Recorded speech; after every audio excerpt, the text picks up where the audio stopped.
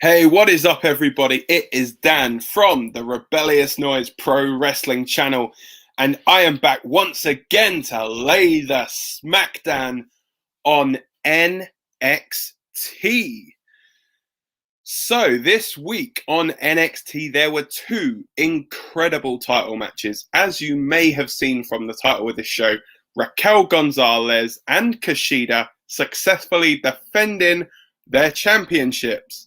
So, these two matches, obviously, we knew were already set up from last week. There was Raquel Gonzales defending against Mercedes Martinez, and a 2 out of 3 falls match between Kushida and Santos Escobar. So that wasn't the only thing, though, that was announced for this week. So also on this week's show, it was previously announced that it would be Karrion Kross taking on Austin Theory. And so that was the match that kicked off the show, actually. And Kross really dominated the match for the most part. And as he was celebrating at the end, Finn Balor came in from behind, didn't attack him or anything, but Finn essentially challenged him for a match for the NXT Championship. Kross and Balor both said that they are down for this match, and we now know when that match is going to happen. It will take place on Tuesday, May the 25th. That's right, guys. In 2 weeks' time, we are going to see Karrion Kross defend the championship against Finn Balor. But that's not everything for that episode, because also on that episode, we are going to see the in-ring debut of Frankie Monet on NXT. So it's a bit strange, really. I was thinking to myself, why are they doing this match in 2 weeks' time? So what we need to think about. So they're going to be doing that match in 2 weeks' time. There's also something else that's happening next week, which I'll get into then. But there is a match, for the NXT North American Championship. So I'm thinking that may have something to do with it. So if you don't already know, next week we are going to see a North American Championship match inside a steel cage with Johnny Gargano defending against the Colossus Bronson Reed. So now my theory behind this is that Bronson is going to win the championship. And then it's going to be Johnny Gargano will take on the winner of Karrion Kross and Finn Balor 2 weeks after their match on NXT Takeover In Your House. That's right, guys. It is back. NXT Takeover In Your House will be on, I believe, Sunday the 13th of June. So, yeah. So that's... in my opinion, that's what the main event of that show is going to be. So, interesting little thing actually with the Gargano and Bronson thing. So Johnny was actually in William Regal's office, and on Regal's desk he's got like a little stand thing, much like Kane has like a mask in a display case. Regal's got this display thing on his desk, and it's got a pair of brass knuckles in it. So what was interesting is in the match last week, which was with the Way against Shotzi Blackheart and Ember Moon, Candice LeRae actually used a set of brass knuckles as part of the finish to that match. So my theory is that going to play some kind of part now in the match? Because when Gargano stared at them in Regal's office, he just turned around to him and said, "Don't you dare." So for me, that's something that they could actually play into actually. But later in the night, Pete Dunne actually said that Karrion Kross was right to do what he did, as in accepting the challenge from Finn Balor, and that he is the baddest man in NXT and issued an open challenge. Now, that challenge was answered by Leon Ruff. So He had been told earlier in the night by William Regal that he was not medically cleared to compete after that brutal match that he had last week with Isaiah Swerve Scott. Now, on the subject of Isaiah Swerve Scott, his new stable that we saw him debut last week, essentially, but we now know that they are called Hit Row. And if you didn't know, which is their catchphrase, Hit Row. If you didn't know, now you know. Isaiah Swerve Scott is joined, as mentioned previously, by Ashante the Adonis, AJ Francis, who is now known as Top Dollar, and Brianna Brandy, who is now known as B-Fab. Now, they are seemingly like a group of friends that enjoy rap music. So, yeah, so they came out, they did like a little bit of a rap in the ring. Not too sure where they're going to go with this, but it's that interesting dynamic of, you know, you've got a couple of smaller guys, you've got a bigger guy, and you've got a woman in the stable. So it's kind of like they can fit into a number of different feuds, I guess. So yeah, I think it's going to be, for me, it's going to be interesting to see exactly what they do with this stable. But yes, you know, I've reserved judgment on it really until I've seen a little bit more from it. So yeah, also, as we mentioned, there were two massive title matches on this show. The first of which was the Women's Championship match, which featured Raquel Gonzales defending her championship against Mercedes Martinez. Yeah, now this was it was a decent match. I mean, for the two women in the match, I thought it would have been a bit of a better match in all fairness, but it did what it needed to do. It got Raquel over. She won with her one-arm powerbomb. Who's going to be the next who's going to be next in line? You know, obviously we're seeing the debut of Frankie Monet in a couple of weeks' time.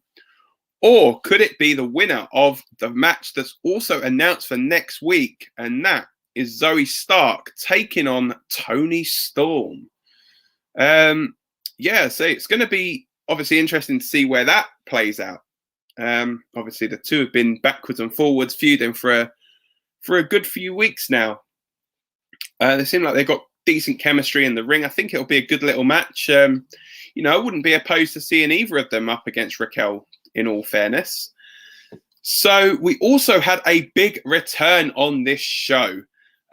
So we obviously saw Kyle O'Reilly, who had a match against Oney Lorcan. Now, after this match, Kyle O'Reilly was getting beaten down by Oney Lorcan and Pete Dunne.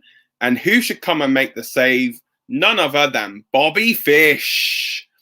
That's right. For the first time in probably around 5 or 6 months, Bobby Fish is back on NXT. Now, we don't know exactly what's going to happen. You know, are they going to reform? Are they just going to be like ships in the night kind of thing, like just passing each other? You know, are they going to just essentially have each other's backs? But, you know, at the end of the day, I think it's going to be that they're going to, I honestly think if one of them's getting beat up, they'll come and help each other. But I'm not too sure they're actually going to be a tag team. As also has been previously mentioned, the whole thing with Cameron Grimes and Ted DiBiase is quite funny actually now. So Ted DiBiase showed up in this segment at an auction. So Cameron Grimes was bidding on a house. He got up to about $8 million, and a mystery bidder kept putting a paddle up in front of their face. And you just hear a voice from the back of the room shout $20 million. Turns around, it is Ted DiBiase again. So it's interesting. I'm just trying to think how this is going to play out. It may be that DiBiase has a representative to take on Cameron Grimes, maybe, even if they were to reintroduce the $1 million championship, and that could be a way that they go. But yeah, I mean, it's a nice dynamic to see like what they're actually going off here. But I guess only time is going to tell where they are actually going with this. Like, I guess you could call it a feud, but yeah. Also, we had the tag team champions MSK defeat Fandango, and probably the highlight of this match, really, was new NXT senior official Daryl Sharma joined in one of the spots. So you may have seen the international spot a few times where someone will hit the floor, then jump up and then do a leapfrog. The referee did that. So he did the drop down and the leapfrog part of it, which was a whole heap of fun. Yeah, subject to referees on this show.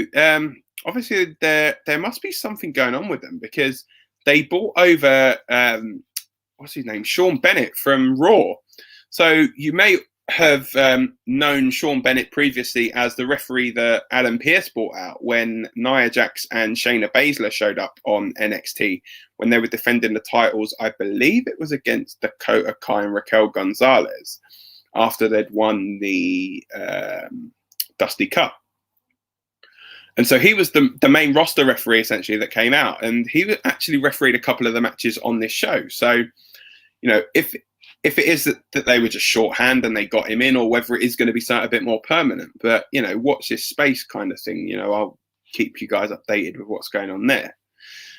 And then we get to the main event of the show. That was Kushida taking on Santos Escobar, 2 out of 3 falls for the Cruiserweight Championship. Now, out of the gate, Mendoza and Wilde tried interfering, but MSK were the ones that came out to even the odds, and it ended up with all 4 men getting sent to the back, which meant that we got a one-on-one contest. So Santos Escobar was the first man to get a pinfall, went 1-0 up with a Phantom Driver. Less than a minute later, though, Kushida was level. He locked in an arm breaker submission, which Escobar tapped to. It's kind of smart, really, because you're thinking 2 out of 3 falls, just tap. You know, you don't need to get yourself injured. So he just taps out, bang, 1-1. So essentially, we're now 1 fall to a finish. And that 1 fall come from Kushida with a double underhook suplex into a bridge to retain the championship. And that was your final view of this week's NXT. So don't forget, next week, the 2 big matches we have. We have got Bronson Reed taking on Johnny Gargano for the North American Championship. And we have Zoe Stark taking on Toni Storm. And that, guys, is everything from me for now. But don't forget, I will be back on Saturday morning at 8 a.m. with the SmackDown review. That's right, guys. You will get to check everything out there. It is the final show as well on the road to WrestleMania Backlash. And I will lay the SmackDown on everything that goes on that show. What's going to happen with Cesaro and Roman Reigns leading into their big match? Who knows? I have not got a foggiest what is going to go on in that match. But don't worry, guys. I will be there to tell you guys what happened. So thank you for joining me. Don't forget to like, share, subscribe. You can follow us all on Twitter at RM Pro Wrestling. You can follow me at Dan_RebNoise. Like, share, subscribe. Tap the bell for notifications. Anytime we put a video up, you guys will be notified of it first. Thank you for watching. See you soon.